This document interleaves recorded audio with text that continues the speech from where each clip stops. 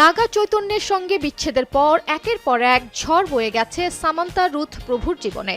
অভিনেত্রী প্রকাশ্যে জানিয়েছিলেন তার মনের দরজা চিরতরে বন্ধ করে দিয়েছেন। তবে এবার শোনা যাচ্ছে নাগা দ্বিতীয়বার বিয়ে করার পর নিজের সম্পর্কে নাকি সিলমোহর দিলেন সামান্থা। এই অভিনেত্রী ভারতের বিখ্যাত নির্মাতা রাজ ডিকে জুটির রাজ নিধিমুরুর সঙ্গে সম্পর্কে জড়িয়েছেন, তাই রাজের সঙ্গে পরপর কাজ করছেন তিনি। গত বছর রাজ ডিকের পরিচালনায় সিটাডেল হানিবানি ওয়েব সিরিজে অভিনয় করতে দেখা যায় সামান্থাকে। এবার পিকাবল চ্যাম্পিয়নশিপের অনুষ্ঠানে রাজের সঙ্গে আসেন সামান্থা। তার নিজের দল চেন্নাই সুপার চ্যাম্পসের সঙ্গে ছবি তোলার সময় রাজের হাত ধরেই দাঁড়ান। এরপরেই গুঞ্জনের শুরু।